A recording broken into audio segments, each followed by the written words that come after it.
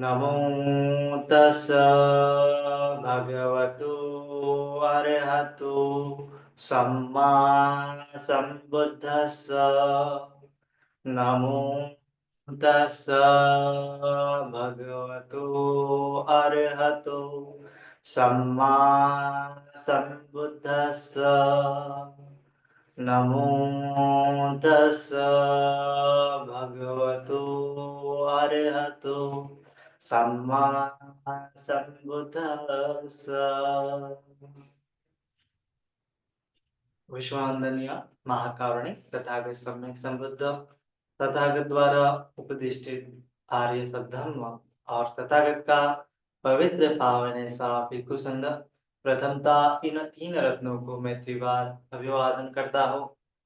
वैसे ही भारतीय घटने के शिल्पकार बोधिसत्व डॉक्टर बाबा साहब अम्बेडकर,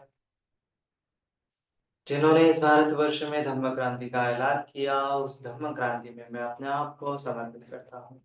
वैसे ही जुड़े हुए सभी शील संपन्न श्रद्धावान उपासक उपासिकाएं, बालक तथा बालिकाएं, इनके प्रति मंगल मैत्री मंगल कामना। आज हम देखने जा रहे हैं बुद्ध कौन है। इस किताब में जो हम देखा था, इस प्रकार से एक लड़का होता है जो बुद्ध बनने की चाह उसके मन में उत्पन्न होती है। सभी लोगों को दुख से दूर करने के लिए वो संकल्प अपने मन में लेता है। उसके बाद कल्पों जाते हैं। दीपंकर बुद्ध के समय में सुमेध तापस के रूप में वो जन्म ग्रहण करता है। उसके बाद दीपंकर बुद्ध जो है उसकी भविष्यवाणी करते हैं कि वो आने वाले 4 असंख्य 1 लाख कल्प बाद बुद्ध बनेंगे, गौतम बुद्ध बनेंगे। तो इस प्रकार से भविष्यवाणी होने के पश्चात बुद्ध बोलते हैं कि दीपंकर बुद्ध बोलते हैं, हे बोधिसत्व समेत अपने बुद्ध कारक जो गुण है, बुद्ध कारक जो धर्म है, उसका चिंतन मनन करो। तो वो जो तापस सुमेध है वो बुद्ध की बातें एकदम अच्छे से समझ लेता है और बुद्ध कारक जो धर्म है, बुद्धत्व के लिए जो आवश्यक गुण है ना, उसके बारे में चिंतन मनन करने का सोचता है। तो सबसे पहले हमने दान पारमिता, जो बुद्ध कारक गुण मतलब क्या होता है, पारमिता होती है, इस प्रकार से हमने जाना है। क्योंकि जब तक हमारे पास पारमिता नहीं होगी तब तक हम बुद्ध नहीं बन सकते, है ना।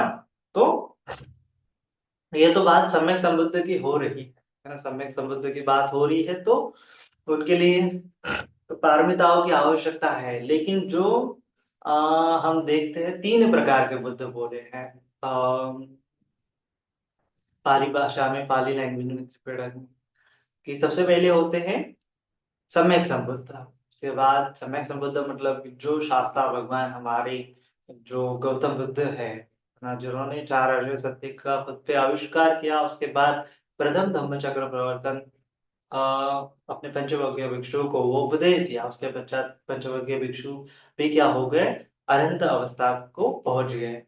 तो जो सम्यक संबुद्ध होता है वो खुद के बलबूते पर, है ना, एकदम तपश्चर्या करते हुए ज्ञान को खोज लेता है, 4 आर्य सत्य के ज्ञान को खोज लेता है, उसको बोलते हैं सम्यक संबुद्ध। और उसके बाद वो ज्ञान जो है दूसरों को परिवर्तित करता है, दूसरों को देता है, उस ज्ञान की शिक्षा देता है। और इस शिक्षा पथ पर कैसे चलना है वह एकदम विस्तार से, एकदम अच्छे से बताता है। तो जो क्वालिटीज हम बोलते हैं ना बुद्ध की, तिपिसु भगवा अरहं सम्मा संबुद्ध विद्याचरण संपन्न, विद्या और आचरण से संपन्न होता है, सुगति पूर्ण रूप से उसने प्राप्त की होती है, लोकविदु तीनों प्रकार के लोगों को जानने वाला होता है। और अनुत्तरं पुरुष धम्म सारथी, अनुत्तर ऐसा जो कोई व्यक्ति अपने खुद का दमन करना चाहता है, जो कोई व्यक्ति अपने खुद के अंदर के राग द्वेष मोह को निकालना चाहता है, अपने अविद्या को, अपने तृष्णा को हटाना चाहता है,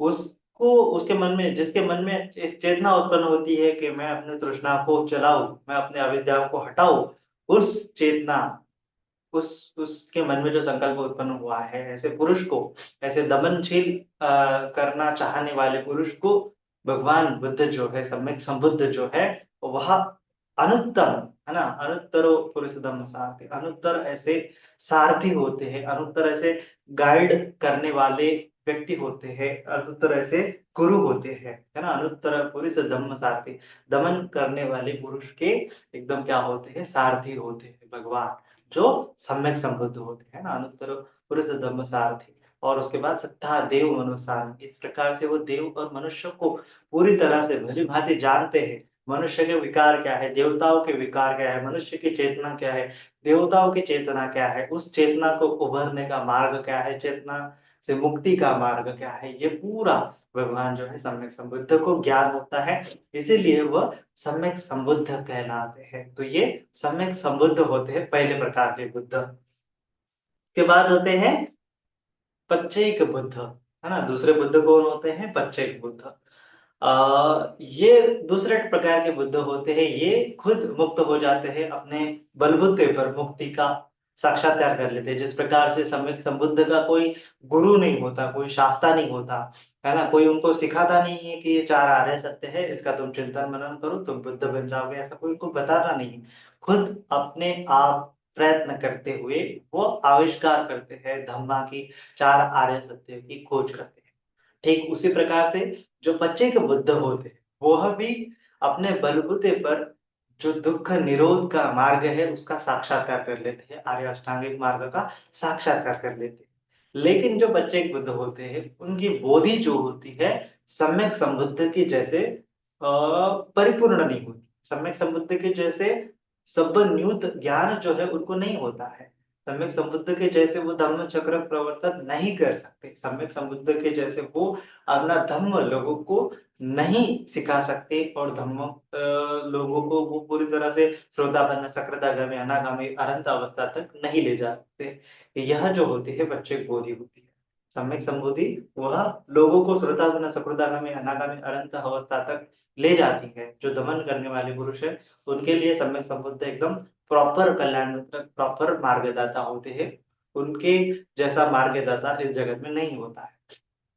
उसके बाद होते हैं बच्चे बुद्ध, जो तो स्वयं मुक्त हो चुके हैं, लेकिन वह मुक्ति का ज्ञान दूसरों को नहीं बताता।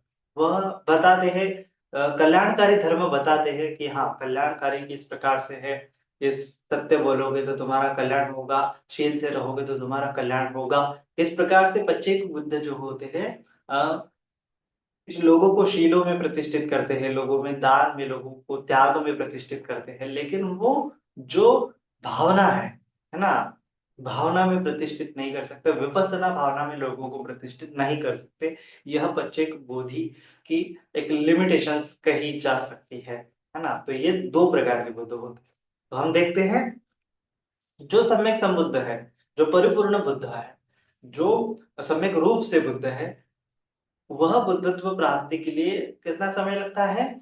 4 असंख्य 1 लाख कल्प तक का समय लगता है। 4 असंख्य 1 लाख कल्प तक की पारमिता लगती है, जो पारमिता पूरी करने के बाद कोई व्यक्ति जो है सम्यक संबुद्ध बनता है ना? जिस प्रकार से दीपंकर भगवान जी ने भविष्यवाणी की थी कि ये जो तापस सुमेध है, यह आगे चल के 4 असंख्य 1 लाख कल्प बाद बुद्ध बनेगा, सम्यक संबुद्ध बनेगा। तो ये सम्यक संबुद्ध कोई होता है तो 4 असंख्य 1 लाख पारमिता पूरी करनी पड़ती है। ठीक उसी प्रकार जो पच्चीक बुद्ध होता है, उसको तो 4 असंख्य 1 लाख कल्प नहीं पारमिता पूरी करनी पड़ती, लेकिन उसको 2 असंख्य 1 लाख कल्प तक पारमिता पूरी करनी पड़ती है। मतलब कि आधी पारमिता पूरी करनी करनी पड़ती है ना? तो समझ सकते हैं हम कि जो पारमिताओं का संचय सम्यक संबुद्ध का होता है, वो बहुत विशाल होता है। अपितु जो पच्चीक बुद्ध का पारमिताओं का संचय होता है, वो आधा होता है सम्यक संबुद्ध की तुलना में। इसीलिए उनकी बोधि जो है, मुक्त तो वो भी होते हैं, मुक्त तो सम्यक संबुद्ध भी होते हैं, लेकिन बोधि ज्ञान का जो है वहां पे थोड़ा डिफरेंस होता है। और उसके बाद होते हैं तीसरे बुद्ध, जो श्रावक बुद्ध कहलाते हैं, जो भगवान बुद्ध जी के शिष्य, जो सारिपुत्र है, कौंडिन्य जो है, जिस प्रकार से भगवान जी ने उपदेश दिया, धम्मचक्र प्रवर्तन सूत्र है, अनंत लक्षण सूत्र है, तो अनंत लक्षण सूत्र के बाद जो कौंडिन्य स्थविर है, जो कैसे अरहंत हो गए, है ना? तो वह क्या कहलाते हैं? श्रावक बुद्ध, पहले श्रावक बुद्ध। जब वर्षावास परिपूर्ण हो रहा था, पहला भगवान जी ने बोधि ज्ञान प्राप्त किया, वैशाख पूर्णिमा के दिन, आषाढ़ पूर्णिमा के दिन पहला उपदेश दिया, फिर पहला वर्षावास सारनाथ में ऋषि प्रतन मृगदाय वन में किया। तो वहां पे वो अनंत लखन सुत्त बताने के बाद उस समय में जो 5 वज्ञ भिक्षु थे वो पांचों के पांचों क्या हो गए, अनंत हो गए, है ना। कौंडिन्य, महाना, वप्प, अस बद्दीय और असजित, तो पांचों के पांचों क्या हो गए, अनंत हो गए। तो ऐसा कहा जाता है उस समय में इस पृथ्वी पर, इस जगत में 6 अनंत थे, है ना। 5 पंचवज्ञ भिक्षु और एक हमारे शास्त्रा सम्यक संबुद्ध जी। तो इस प्रकार से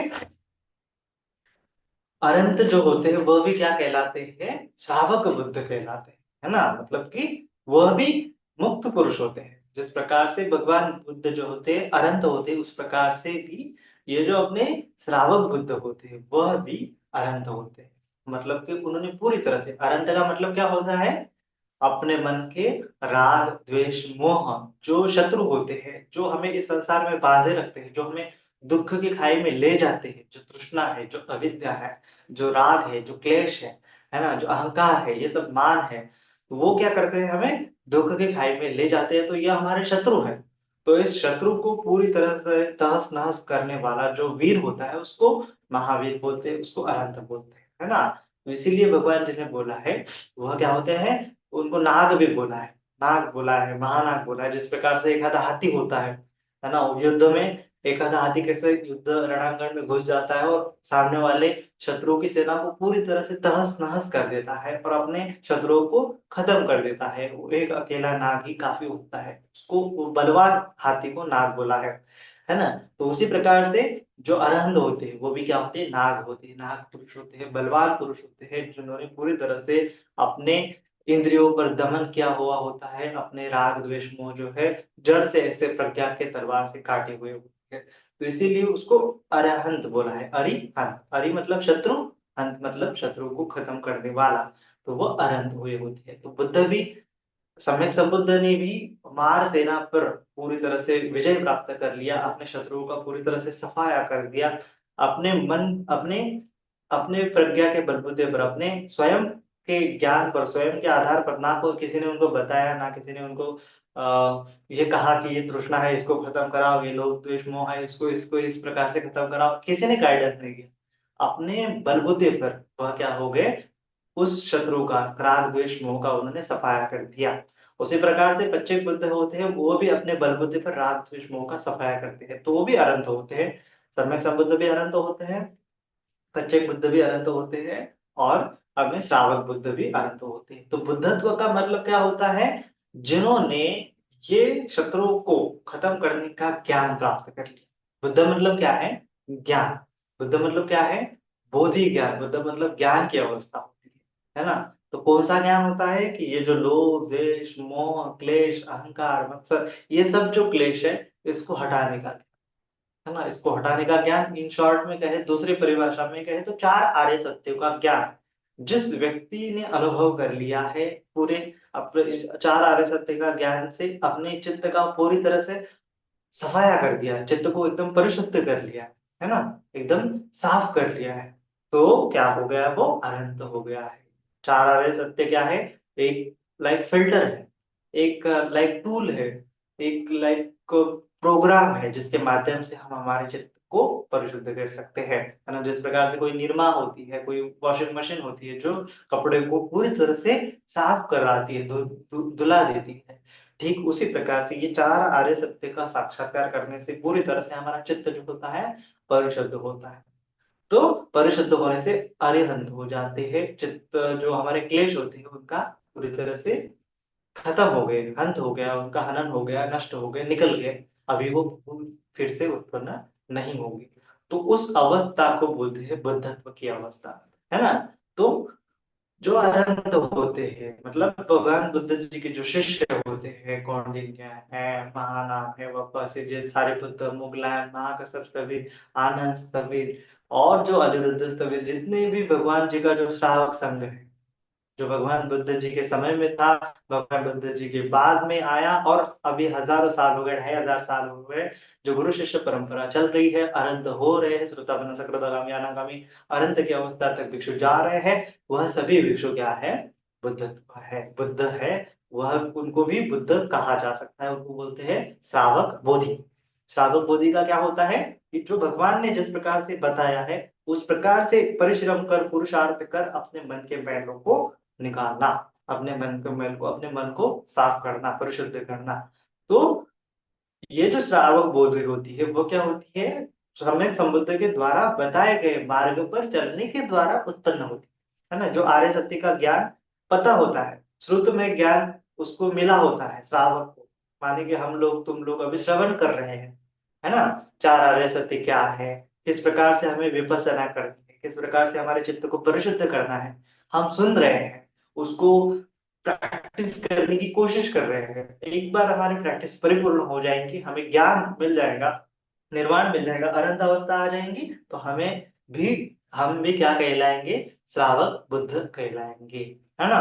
तो बुद्धत्व हमें भी मिल सकता है, हर व्यक्ति में वो बोधिचित्त होता है ना, हर व्यक्ति बुद्ध बनने के लायक होता है, हर व्यक्ति बुद्ध बनने के काबिल होता है, इस प्रकार से कहा गया है ना। तो केवल हमें क्या करना पड़ता है, उस बुद्धत्व के बीज को ऐसे फूलने देना होता है। उस बुद्धत्व के जो बीज होते हैं, ये तृष्णा के जाल में, लोभ द्वेष मोह के जाल में ऐसे बुने हुए होते, पड़े हुए होते, तो जिसकी वजह से वो फूल नहीं सकते, है ना। जिस प्रकार से कोई बीज है जो दबा कुचला है, किसी किसी मैल की वजह से, किसी कचड़े की वजह से, जो ऊपर नहीं उठ सकता है, लेकिन जैसे ही वो मैल हट गया है तो वो क्या होता है, ऊपर उठ जाता है।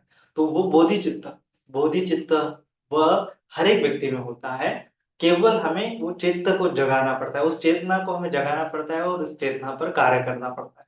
तो उस कार्य करने के लिए बोधि चित्त को ऐसे, जैसे मानो कोई बीज हो और उस कोई फूल खिलेगा, जैसे कमल का फूल है ना, जो कीचड़ में रह के क्या करता है, फूलता है। उसी प्रकार से बोधि चित्त होता है, जो संसार में रहते हुए भी क्या होता है, विरक्त भाव से ऐसे अपने बुद्धत्व की आ, फूल को, बुद्धत्व के बीज को फुलाना चाहता है, उगाना चाहता है, वह व्यक्ति क्या कहलाता है, बोधिसत्व कहलाता है। जो इसीलिए, तो ये बुद्धत्व के लिए कारक गुण कौन से होते हैं, बोधि चित्त को बढ़ाने के लिए, उस बोधि चित्त के फूल को बढ़ाने के लिए, उस बोधि चित्त के बीज को जगाने के लिए क्या क्या आवश्यक होते हैं, तो ये बुद्ध कारक गुण कहलाए हैं, उसको बोलते हैं पारमिता। उसको बोलते क्या है, क्या बोलते हैं, बुद्धत्व के लिए आवश्यक गुण। जब तक इन गुणों का विकास नहीं होगा, तब तक कोई व्यक्ति जो है अपने अंदर के बोधि चित्त को नहीं जगा सकता, अपने अंदर के बोधिसत्व को नहीं कल्टीवेट कर सकते, है ना। तो हमें ये तीन बुद्ध हमने समझ लिए हैं, सम्यक संबुद्ध, पच्चेक बुद्ध और श्रावक बुद्ध। तो ये तीनों को क्या करनी पड़ती है, अपने अपने हिसाब से पारमिता पूरी करनी पड़ती है। ये जो आवश्यक गुण है उसका अभ्यास करना पड़ता है। जब तक ये पारमिताओं की प्रैक्टिस परिपूर्ण नहीं हो जाती, तब तक कोई भी व्यक्ति जो है ना तो श्रावक बुद्ध बन सकता है, ना तो पच्चेक बुद्ध बन सकता है, ना ही सम्यक संबुद्ध बन सकता है ना। तो इसीलिए हमें भी समझना है, अगर हमें धर्म के मार्ग पर आगे बढ़ना है, तो हमें मतलब हम धर्म के मार्ग पर आगे बढ़ रहे हैं, इसका मतलब क्या है, हम बुद्धत्व की ओर बढ़ रहे हैं, हम उस धर्म का साक्षात्कार कर रहे हैं, मतलब क्या है कि हम बुद्धत्व का साक्षात्कार कर रहे हैं, है ना। भगवान जी ने बोला है ना कि यो धम्मं पश्यति सो ममं पश्यति, यो मम पश्यति सो धम्मं पश्यति। जिसने मुझे जान लिया उसने धम्म को जान लिया, या फिर जिसने धम्म को जान लिया उसने मुझे जान लिया। अगर आप धम्म का साक्षात्कार कर लेते हो, इसका मतलब आप बुद्धत्व का साक्षात्कार कर रहे हो।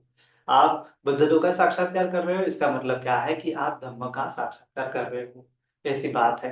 तो इसीलिए धम्म माने की क्या है, बुद्धत्व अवस्था। धम्म का जब आप अनुभव कर लेते हो, धर्म का पूरी तरह से अनुभव कर लेते हो, तो उसको ही बुद्धत्व अवस्था बोलते हैं।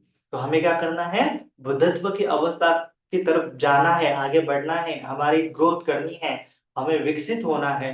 तो हमें इन बुद्धत्व के लिए आवश्यक जो गुण होते हैं उसका अभ्यास करना बहुत अनिवार्य है, आवश्यक है।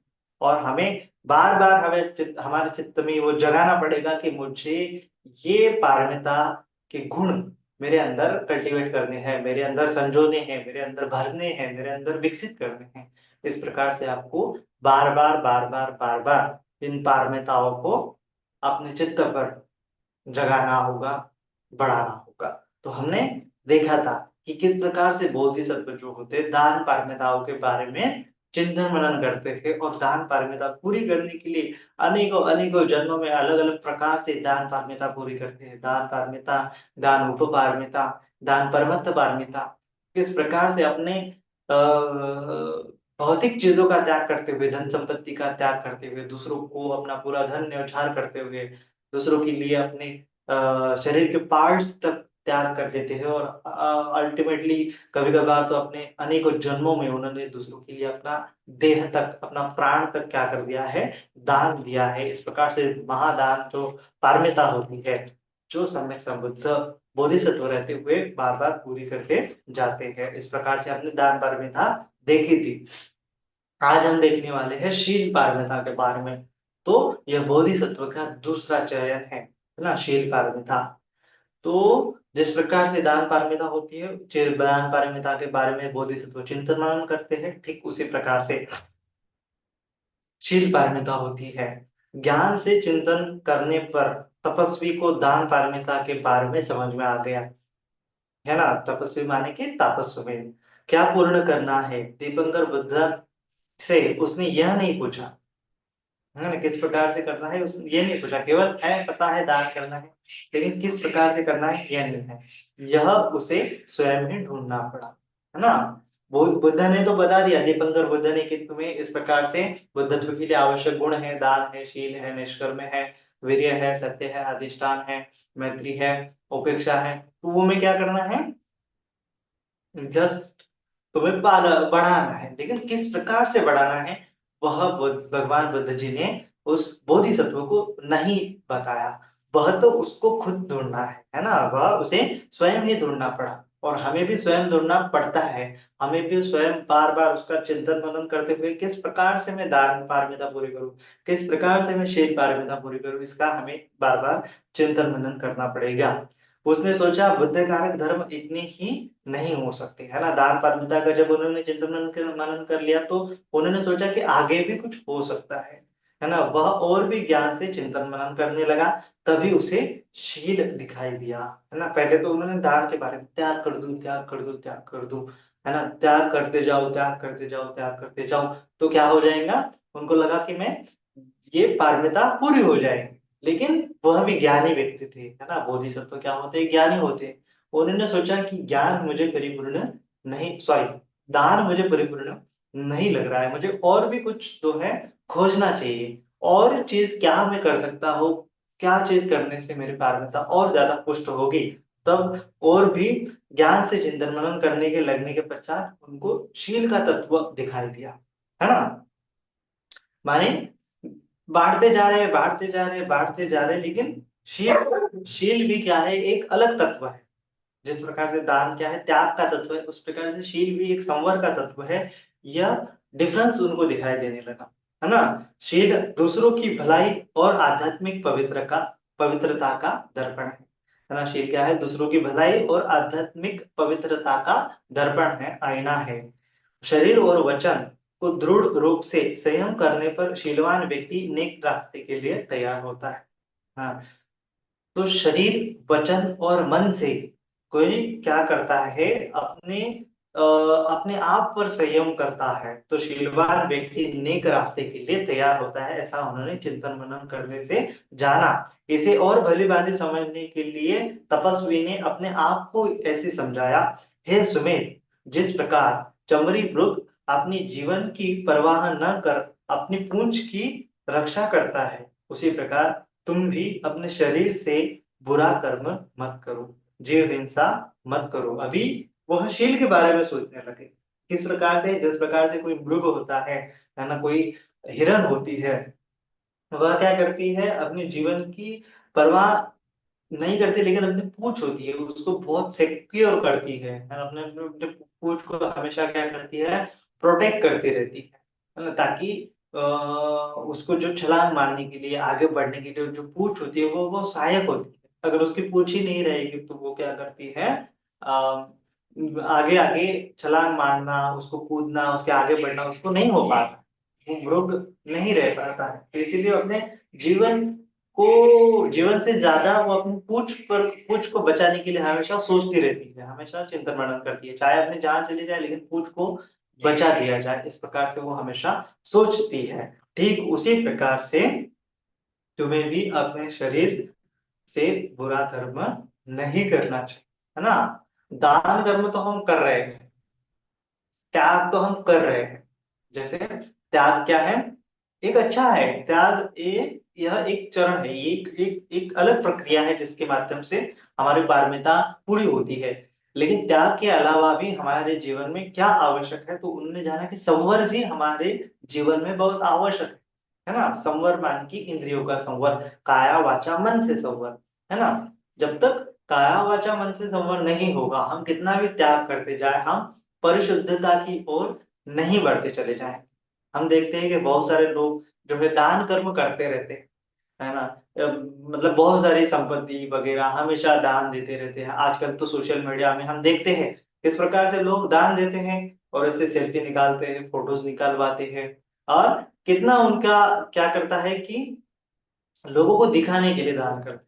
मतलब कई बार, हर बार ऐसा नहीं होता, कई कई लोग मतलब मुदिता भाव से भी ऐसे लोगों को दिखाते हैं। लेकिन बहुत सारे लोग ऐसे ईगो के साथ दान देते, ईगो के साथ दे देते हैं, मैं दान दे रहा हूँ, मैं दान दे रहा हूँ, मैं फलाना कर रहा हूँ, मैं फलाना कर रहा हूँ। तो इस मैं को वो क्या करते रहते हैं, बढ़ाते रहते हैं। तो वहां पे त्याग जो होता है परिपूर्ण नहीं हो पाता। तो त्याग के साथ भी हमारे जीवन में शीलों की भी बहुत आवश्यकता है ना। त्यागों के साथ हमारे जीवन में शील की भी आवश्यकता है, संवर की भी आवश्यकता है। हम केवल बोलते जाएंगे मैं दान कर्म कर रहा हूँ, मैं यहाँ दान कर्म कर रहा हूँ, मैं वहां दान कर्म कर रहा हूँ, मैं ऐसा कर रहा हूँ, मैं फलाना कर रहा हूँ, मैं ढमका कर रहा हूँ, लेकिन अपने वाणी पर कंट्रोल नहीं है, अपने मन पर कंट्रोल नहीं है, अपने शरीर पर कंट्रोल नहीं है, संवर नहीं है ना। कुछ भी बोले जा रहे हैं, कुछ भी किसी को गाली दे जा रहे हैं, किसी के प्रति कटुता का भाव रख रहे हैं मन में, है ना। किसी को मार रहे हैं, किसी को पीट रहे हैं, झगड़े कर रहे हैं, बुरा भला सोच रहे हैं, बुरा भला कर रहे हैं, तो मतलब ही क्या बनता है इतने दान कर्म करने का, है ना। तो केवल दान के माध्यम से परिपूर्णता नहीं आती, इस प्रकार से बोधिसत्व चिंतन मनन करते हैं। दान तो एक पार्ट है, बहुत बड़ा पार्ट है, बहुत अहम पार्ट है। ठीक उसी प्रकार से जो मन का संवर है, वाचा का संवर है, शरीर का संवर है, वह भी बहुत इंपॉर्टेंट पार्ट है आध्यात्मिकता, आध्यात्मिक गुण को विकासित विकसित करने के लिए, है ना। केवल त्याग त्याग त्याग करने से मुक्ति नहीं होती है ना। भौतिक चीजों का त्याग करने से मुक्ति नहीं होती है। ठीक हमारे जो ओ, काया वाचा मन को भी प्रोटेक्ट करना बहुत अनिवार्य होता है। आध्यात्मिक गुण ये जो है, पहला गुण त्याग का गुण है, ठीक उसी प्रकार से शील का गुण भी उतना ही क्या है, महत्वपूर्ण है ना। जिस प्रकार से कोई बस होती है, बस ये हर एक पारमिता ठीक उसी प्रकार से, चाहे वो नेकम्म पारमिता है, चाहे वो वीर्य पारमिता है, अधिष्ठान पारमिता है, सत्य पारमिता है, प्रज्ञा पारमिता है, कोई सी शांति पारमिता है, मैत्री पारमिता है, उपेक्षा पारमिता है, दसों के 10 पारमिता, ये ऐसे 10 हीरे हैं, हीरे जवाहरात है, 10 ऐसे पहलू है आध्यात्मिक, आध्यात्मिक विकास करने के लिए जो बहुत आवश्यक है। इसके अलावा आध्यात्मिक जीवन में परिपूर्णता नहीं आती, 10 में से 10 आपको पालन करने ही पड़ेंगे। जिस प्रकार से कोई बस होती है, और बस को 10 पहिए होते हैं, आगे 2 पहिए होते हैं, पीछे पीछे भी क्या होते हैं, 4 4 8, इस प्रकार से 8 होते हैं, आगे 2, 10 10 पहियों वाली बस है, 10 पहियों वाली कोई वैन है, कोई गाड़ी है। तो उसका एक आधा पहिया पंक्चर हो जाते तो क्या कर लेते हैं, हम उसका पंक्चर निकलवा लेते हैं। वो गाड़ी ठीक से नहीं चल पाती, ठीक थोड़ी देर चल पाएंगी, लेकिन परिपूर्ण ढंग से उसकी स्पीड उसको नहीं मिल पाती है। 10 के 10 पहिए भी उतने आवश्यक है। तो ठीक उसी प्रकार से ये 10 पारमिता उतनी ही आवश्यक है, 10 पहलू आध्यात्मिक विकास करने के लिए। ये आध्यात्मिक विकास के 10 पहलू है, त्याग का पहलू है, शील का पहलू है, निष्कर्म का पहलू है, वीर्य का पहलू है, सत्य का पहलू है, अधिष्ठान का पहलू है। ये 10 पहलू हमें क्या करने हैं, विकसित करने हैं। उनको हर हमें बार बार क्या करना होता है, ऐसे जिस प्रकार से कोई जवाहरी होता है, हीरे जवाहरात को जो है ना, हीरा होता है ना, तो उस हीरो को पहलू पाड़ने पड़ते हैं, उसको एकदम डिटेलिंग वर्क करना पड़ता है, तब जाके जो हीरा होता है वो शाइनिंग करता है ना। उस पर ऐसा लाइट डाले जाए तो ऐसे 5 मिनट तक ऐसे चमकता रहता है अंधेरी रात, है ना। और ऐसे 1 मिनट लाइट ऑन ऑफ कर दिया जाए तो ऐसा हीरा जो होता है वो चमकता रहता है, चमकता रहता है। जितना अच्छे से उस पर डिटेलिंग वर्क किया होता है वो उतने ज्यादा लंबे समय तक चमकता है। तो कि दान का पहलू है तो उसको, दान का हीरा है तो उसको अच्छे से हमें बार बार बार बार बार बार बार बार एकदम सूक्ष्म रूप से, एकदम कितनी, ये कितना चमकना चाहिए ये आपके ऊपर है कि आप उसको कितना घिसते हो, आपको उसके ऊपर कितना काम करते हो। ठीक उसी प्रकार शील, शील का पहलू है, शील का हीरा है, उसके ऊपर आप कितना काम करते हो, कितने पहलू बनाते हो, उसके ऊपर ही उस आपको जो फल है, बुद्धत्व का फल है, बुद्धत्व का बीज जो है वह मिलने वाला है। इसीलिए ये, इसके बारे में हमें भी चिंतन मनन करना चाहिए कि किस प्रकार से बोधिसत्व जो होते हैं चिंतन मनन कर रहे हैं दान पारमिता पूरी करने के लिए, शील पारमिता पूरी करने के लिए। ठीक उसी प्रकार से मैं भी ये दान पारमिता पूरी करूं, ये शील पारमिता पूरी करूं, मैं भी बोधिसत्व के पद पर से चल पड़ूं, है ना। तो जाके मैं भी कभी ना कहीं ना कहीं, कभी ना कभी बुद्धत्व का जो बीज है मेरे अंदर जो है अंकुरित कर पाओ। इस प्रकार से हमें सोचना चाहिए। तो वह तापस सुमेध जो है बोधिसत्व सोच रहे हैं कि जिस प्रकार से मुर्ग अपने जीवन की परवाह ना कर अपनी पूंछ की रक्षा करता है, उसी प्रकार तुम भी अपने शरीर से बुरा कर्म मत करो। अपने आप को कह रहे हैं कि तुम भी इस प्रकार से शरीर से बुरा कर्म मत करो। तो शरीर से बुरा कर्म करने का मतलब क्या है, फिर उन्होंने सोचा कि जीव हिंसा मत करो, है ना, जीव हिंसा मत करो। बाणातिपाता वेरमणि सिक्खापदं समादियामि। उसके बाद चोरी मत करो, अधिन्नादाना वेरमणि सिक्खापदं समादियामि। चोरी नहीं करना है। जो शरीर के द्वारा हम कृत्य कर रहे हैं, किसी को जाके मार रहे हैं, हिंसा कर रहे हैं, शरीर के द्वारा किसी की चीज है उठा के ले जा रहे हैं, चोरी कर रहे हैं। उसके बाद क्या है, दूसरों की स्त्रियों के साथ अनैतिक संबंध ना रखो, ये कामेषु मिथ्याचारः वेरमणि सिक्खापदं समादियामि। तो ये शरीर के द्वारा किए जाने वाले बुरे कर्म है, तो इनके प्रति हमें संवर करना बहुत आवश्यक है। उसके बाद अपने हाथ पैर शरीर से मेहनत कर दुनिया का कल्याण ही करो, है ना। अपने शरीर के माध्यम से, अपने हाथ पैरों के माध्यम से हमें जितना हो सके उतना दूसरों का कल्याण करने के लिए आगे आना। तब जाके हमारा शरीर का क्या हो जाएगा, संवर परिपूर्ण हो जाएगा, है ना। क्योंकि हम चोरी करना, किसी को, किसी प्राणी का हत्या करना, इसका मतलब क्या है कि उनकी भलाई क्या हम चिंता नहीं कर रहे हैं, परवाह नहीं कर रहे हैं। किसी की चीज है हम उठा के ले आए, हम ये नहीं सोचते कि ये चीज जिस व्यक्ति की है उसके लिए कितनी आवश्यक होगी। किसी का मोबाइल चुरा ले जाते हैं, किसी का कुछ चुरा ले जाते हैं, पैसे चुरा ले जाते हैं हम, लेकिन ये सोचते नहीं है कि अगर मैंने वो पैसे चुरा लिए उस व्यक्ति को कितनी आवश्यकता होगी, उस व्यक्ति को क्या बीत रही होगी, है ना। उसके बारे में हम सोचने देंगे, दूसरे की भलाई का हम चिंतन मनन नहीं करते, इसकी वजह से चोरी हो जाती है। दूसरों की भलाई, दूसरों को दुख हम देख नहीं पाते, है ना। उसको मार रहे हैं, उसको पीट रहे हैं, उसकी हत्या कर रहे हैं, किसी जीव को मार रहे हैं, उसको बार बार यातना दे रहे हैं, लेकिन उसका क्रंदन, उसकी पीड़ा को हम समझ नहीं पा रहे हैं, उसके दुख को हम जान नहीं पा रहे हैं। इसीलिए प्राणी हिंसा करते जा रहे हैं, चोरी करते जा रहे हैं, दूसरों के दुखों को नहीं समझ पा रहे हैं, है ना। तो ये दूसरों के भलाई के लिए हम आगे नहीं आ रहे, इसका मतलब क्या है, हमारे शील जो है खंडित हो गए। तो शील संवर से क्या हो जाएगा, हम दूसरे के भलाई का जो विचार है मन में उत्पन्न होने लगेगा, तो उसके साथ साथ हमारा शील जो है पालन होता चला जाएगा। साथ ही साथ अपने वचन से भी संवर करो, अपने वचन से भी संयम रखो, सत्य ही बोलो।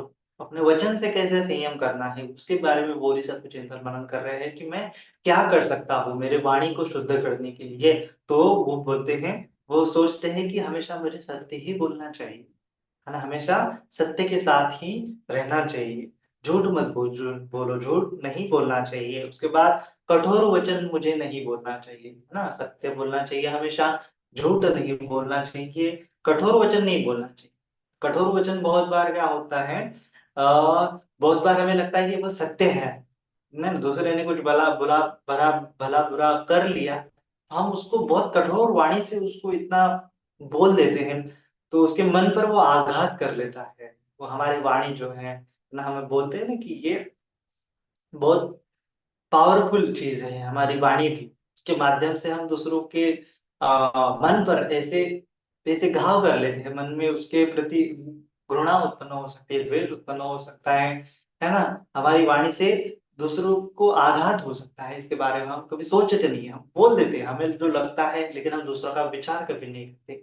तो कठोर वाणी, कठोर वाणी पर भी हमारा क्या होना चाहिए, संयम होना चाहिए, है ना। व्यर्थ एवं तुच्छ बातें भी नहीं करनी चाहिए। व्यर्थ की बड़बड़, जो चीज प्रोडक्टिव नहीं है, जो बातें प्रोडक्टिव नहीं है, जिस बातों से ना तो हमारा कल्याण होने वाला है ना सामने वाले व्यक्ति का कल्याण होने वाला है, ऐसी बातें करने का भी कुछ मतलब नहीं बनता है। तो इस प्रकार से सत्य बोलना है, झूठ नहीं बोलना है, कठोर वचन भी नहीं बोलना है, और व्यर्थ की बातें भी नहीं करनी है। तो ये शील के बारे में सोच रहे हैं, है ना, कि क्या है, मुसावादा वीरमणि, पिसुनाय वाचा वीरमणि, बब्बलाफा वीरमणि, है ना, कि कठोर वाचा नहीं बोलना चाहिए, व्यर्थ की वाणी नहीं बोलनी चाहिए। और उसके बाद फरुसाय वाचा, फरुसाय वाचा मतलब कि बहुत बहुत कठोर वाणी, पिसुनाय वाचा मतलब कि अपने और भलाई के लिए सदैव सत्य बोलना चाहिए। पिसुनाय वाचा का मतलब होता है कि एक की बातें दूसरे को लगाना, दूसरे की बातें तीसरे को लगा देना, इस प्रकार से चापलूसी करना, इस प्रकार से इधर की बात उधर करना। तो ये भी क्या है, वाणी का एक दुष्कर्म है, तो उससे हमें बचना चाहिए। और अपने और पराई के भलाई के लिए हमें सदैव जो है सत्य ही बोलना चाहिए। एकता बढ़ाने वाले ही वचन बोलने चाहिए, सत्य बोलने चाहिए, एकता बढ़ाने वाले वचन हमें बोलने चाहिए। हम बोलते हैं ना हमेशा कि झूठ नहीं बोलना है, झूठ नहीं बोलना है, सत्य बोलना है। तो क्या बोलना है सत्य में एग्जैक्टली, तो हमारे भलाई के लिए और दूसरे की भलाई के लिए सत्य वचन बोलना चाहिए। एकता बढ़ाने, एकता बढ़ाने के लिए भी सत्य वचन बोलना चाहिए। एकता बढ़ाने वाले वचन हमें बोलना चाहिए, ना कि फूट डालने वाले वचन बोलने चाहिए। जितना हम क्या बोलते हैं उसको, फाड़ते चले जाएंगे तो वो फटता चला जाएगा, लेकिन सिलते चले जाएंगे तो वो क्या हो जाएगा, बच बच जाएगा। तो उसी प्रकार से कोई दो व्यक्ति के बीच में मतभेद है, किसी संघ के बीच में मतभेद है, किसी ग्रुप के बीच में मतभेद है, तो उनके उधर जाके हमें एकता बनाने वाली वाणी बोलनी चाहिए, ना कि फूट डालने वाली वाणी बोलनी चाहिए, है ना। तो किसी ग्रुप में, किसी कम्युनिटी में जा रहे हैं तो वहां पे उन लोगों की एकता बढ़े, इस प्रकार से तो वैसी वाणी हमारी होनी चाहिए, है ना। तो इस प्रकार से हमारी वाणी मधुर होनी चाहिए, सत्य होनी चाहिए, ज्ञान और बुद्धि बढ़ाने वाली बातें होनी चाहिए। यह तुम्हारे लिए बुद्धत्व का मार्ग तैयार करेगा। इस प्रकार से यह जो है पंचशील तत्वों के बारे में जो है अपने बोधिसत्व जो है सोच रहे हैं। हाँ, प्राणी हिंसा नहीं करना है, प्राणातिपाता वेरमणि, अधीन दाना वेरमणि, चोरी नहीं करना है। उसके बाद कामी मिथ्याचारा वेरमणि, व्यभिचार नहीं करना है। मूसावादा वेरमणि, झूठ नहीं बोलना है। और उसके बाद जो होता है पंचशील हमारे गृहस्थों के लिए आवश्यक होता है, जो व्यसन है, किसी भी प्रकार का व्यसन जो है नहीं करना चाहिए, चाहे वो मादक पदार्थ का व्यसन हो, चाहे वो सिगारेट का व्यसन हो, चाहे वो ड्रग्स का व्यसन हो, किसी भी चीज का व्यसन हमें नहीं करना चाहिए, क्योंकि व्यसन से हमारे संपत्ति की हानि होती है। जो कुछ जुगार है वह नहीं करना चाहिए, है ना। पमाद ठाना बोला है ना, पमाद ठाना वीरमणि की, ऐसी जगह नहीं जाना चाहिए जहां पे हम केवल हमारा मनी जो होता है स्पेंड होते जा रहा है, खर्चा हो रहा है। ऐसी जगह पे जाएंगे हम जहाँ पे प्रमाद ठानों में जाएंगे, जैसे जुआरे के अड्डे में जाएंगे, तो वहां पे मनी व्यर्थ चला जाएगा, वह पैसा जो है काम में नहीं आता है। तो ऐसे जगह पे जाके करने के साथ साथ क्या हो रहा है, हमारा हमारा जीवन सुधर नहीं रहा है, उससे हमारे जीवन में कुछ प्रोडक्टिविटी नहीं आ रही। वैसे वैसे जगहों पे नहीं जाना चाहिए, वहां पे प्रमाद स्थानों पे नहीं जाना चाहिए, उन चीजों से बचना चाहिए। तो उससे क्या होगा, हमारी संपत्ति की हानि नहीं होगी, हमारे संपत्ति में बढ़ोतरी होगी, है ना। संपत्ति में बढ़ोतरी होगी, साथ ही साथ हमारे ऊपर जो निर्भर लोग हैं, चाहे वो आप एक पति हो तो आपके ऊपर पत्नी निर्भर है, अपने बच्चे निर्भर है, या फिर आप कोई पत्नी हो तो आपके ऊपर आपके पति निर्भर है, आपके बच्चे निर्भर है, कोई भी हो आप, आपका आपके घर वाले आपके ऊपर डिपेंड है, निर्भर है, तो उनके बारे में हमें सोचना चाहिए, है ना। उनके नीड्स जो होती है, ज़रूरतें होती है, उनके उनका ख़्याल हमें करना चाहिए और प्रमाद ठानों से बचना चाहिए। तो इस प्रकार से ये 5 शीलों का चिंतन मनन करते हुए बोधिसत्वों ने पारमिता 4 असंख्य 1 लाख कल्प तक वो पारमिता क्या करते रहे, पूरी करते रहे। शील के पहलू को घासते रहे, शील के पहलू का संवर करते रहे। कुछ भी हो जाए लेकिन अपने जीवन में शील जो है नहीं तोड़ना चाहिए, ऐसा उनका आचरण रहा है। और ये एक बोधिसत्व का नहीं, हर बोधिसत्व का ऐसा आचरण होता है ना? हम देखते हैं कि जितने भी महापुरुष हैं उनका भी इसी प्रकार से आचरण हुआ है। त्याग तो उनके जीवन में था ही था, उसके साथ-साथ उनके जीवन में शील भी भरपूर प्रमाण में था, है ना?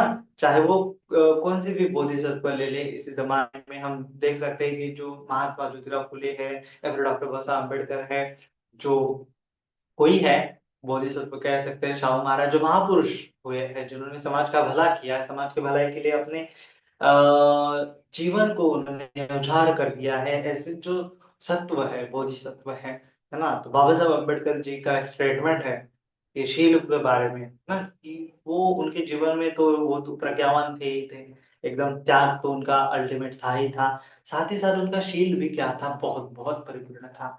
वह हमेशा कहते थे कि लोग मुझे इसीलिए नहीं डरते कि मैं बहुत शिक्षित हूँ, लोग इसलिए नहीं डरते कि मेरे पास डिग्रियाँ हैं, कि मेरे पास ज्ञान है बहुत ज़्यादा।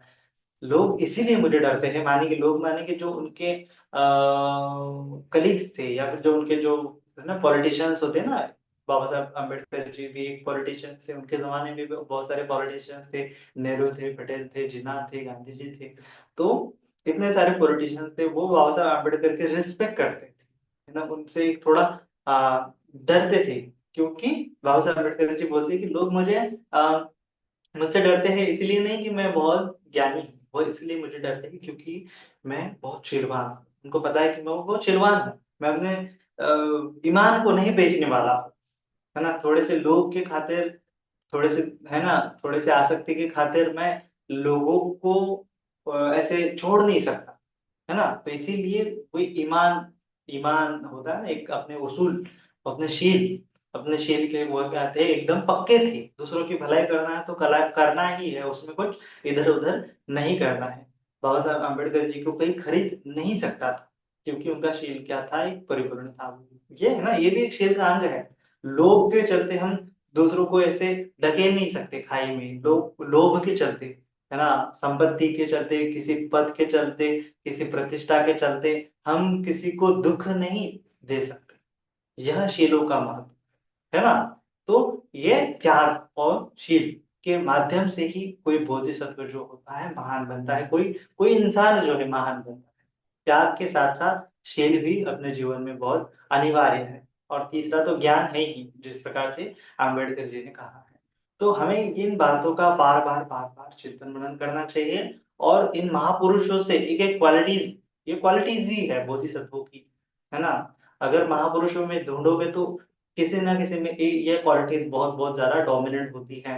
जैसे भगत सिंह जो होते हैं, उन्होंने इतनी छोटी उम्र में त्याग, बलिदान, है ना? दूसरों का भला हो, इसीलिए वो अपने देह तक का त्याग उन्होंने कर लिया, है ना? वो चाहे तो माफ़ी माँग कर वो कर सकते थे, अपनी सज़ा रुकवा सकते थे या फिर किसी कोर्ट में केस डालकर भी, अपील कर कर भी सज़ा रुकवा सकते थे, लेकिन उन्होंने ऐसा नहीं किया, है ना? क्योंकि वो लोगों की भलाई चाहते थे। उनको लगता था कि मेरे बलिदान से किसी का हित हो सकता है, तो होना चाहिए, होने दो। इस प्रकार से ये महान पुरुषों का क्या होता है, एक एक चर्या होती, बोधिचर्या भी उसको बोलते हैं। बोधिचर्या, बोधिसत्वों की चर्या, है ना? महान व्यक्ति इन पारमिताओं के चलते ही, शील के चलते, त्याग के चलते, बलिदान के चलते, निस्वार्थ भाव के चलते ही कोई व्यक्ति बड़ा बनता है। तो उसके बारे में हमें बार-बार चिंतन मनन करना चाहिए। अपने आध्यात्मिक यह क्या है, आध्यात्मिक गुण है। आध्यात्मिक गुण से जितना आप अपने आप को परिपूर्ण करोगे, तो भौतिक जगत में आपको ये पद प्रतिष्ठा, ये सम्मान वगैरह ये अपने आप मिलता चला जाएगा। उसके ऊपर ज़्यादा सोचो मत, वो सेकेंडरी है। हमें काम अपने अंदर के आध्यात्मिक गुणों को विकसित करना है। अपने आप बाहरी जगत में आपको नेम, फेम, आपको पद प्रतिष्ठा सब मिल जाएगा। तो इसीलिए आप अपने आध्यात्मिक गुणों को विकसित करने पर जोर दें। इससे अपनी चेतना परिशुद्ध होती चली जाएंगी और इससे हमारे दुःख जो है वो भी कम कम होते चले जाएंगे। हम भी जो है बुद्धत्व की ओर बढ़ते चले जाएंगे। तो इस प्रकार से दान पारमिता, शील पारमिता, जो निक्कम पारमिता, आने वाली वीडियो में एक-एक पारमिताओं के बारे में देखेंगे। उसके बारे में चिंतन मनन करते जाएँ और अपने जीवन में उसको अप्लाई करते जाएँ। जब तक अप्लाई नहीं करोगे तब तक उसका लाभ आपको नहीं मिलेगा। लाभ पाने के लिए आपको उसका प्रैक्टिस करना बहुत अनिवार्य है। इसी के साथ सभी का मंगल हो, सभी का कल्याण हो, सभी जन सुखी हो, सुखी हो, सुखी हो। साधु, साधु, साधु।